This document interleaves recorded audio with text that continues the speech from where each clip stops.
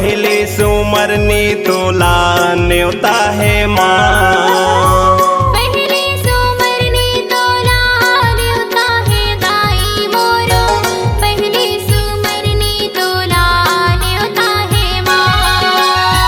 न्योता है दाई मोरो न्योता है वो, न्योता है दाई तोला न्योता है वो।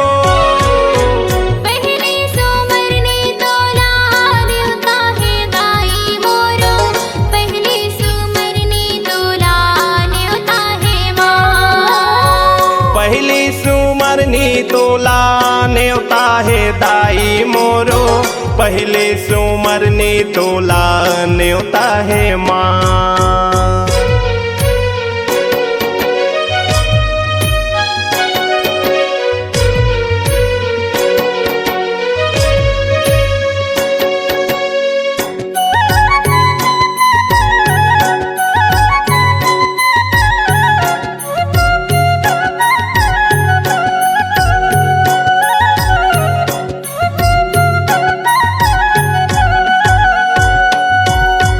पहली सुमिराव महामाई ला गाँव के ठाकुर देवता, झन भुलाबे आए बर तोला भेजत हाँ न्योता।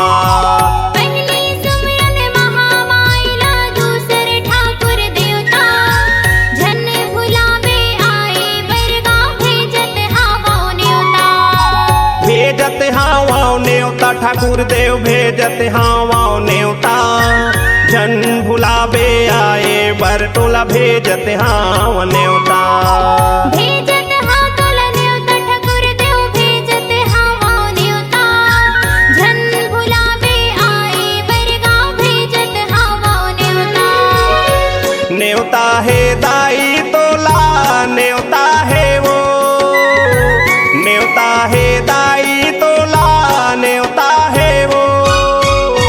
पहली सुमरनी तोला न्योता है दाई मोरो, पहली सुमरनी तोला न्योता है माँ। पहली सुमरनी तोला न्योता है माता मोरो, पहली सुमरनी तोला न्योता है माँ।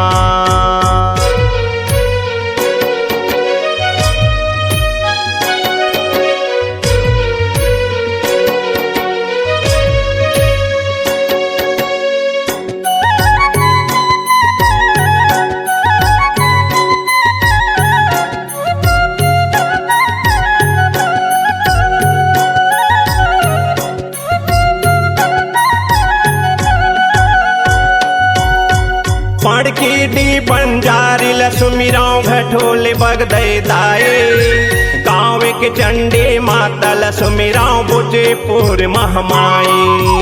पड़कीडी बंजारी लसुमिराव घटोली बगदई माई, गाँव के चंडी माता लसुमिराव बुचीपुर महमाई। बुचीपुर महमाई हो अम्बे बुचीपुर महमाई, गाँव के चंडी माता लसुमिराव बुचीपुर महमाई। बुचीपुर महमाई ओ अम्बे बुचीपुर महमाई, गाँव के चंडी माता लसुमिराव बुचीपुर महमाई। न्योता है दाई तोला न्योता है वो, न्योता है दाई तोला न्योता है वो।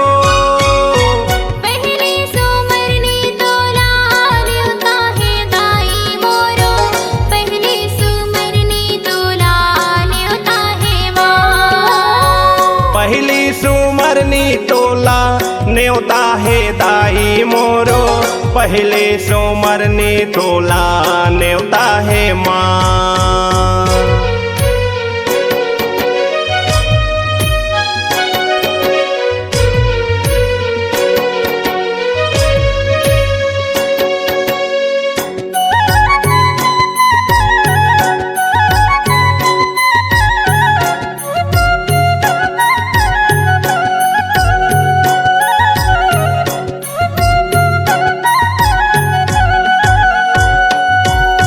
झूपत आबे सात बहिनी आया बे दुर्गा दाई, संग संग माला बे भैया लंगुरवा आबे काली माई। झूपत आवे सातो बहिनिया अम्बे दुर्गा दाई, संग माला बे भैया लंगुरवा अम्बे काली माई।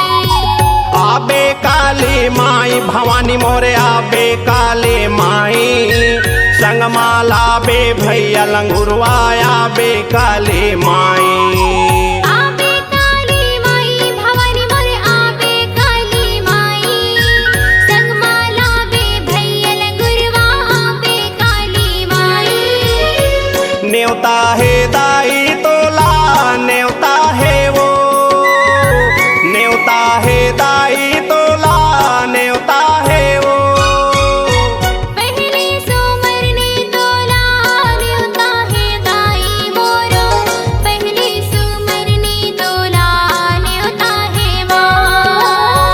पहली सुमरनी तोला न्योता है माता मोरो, पहली सुमरनी तोला न्योता है माँ।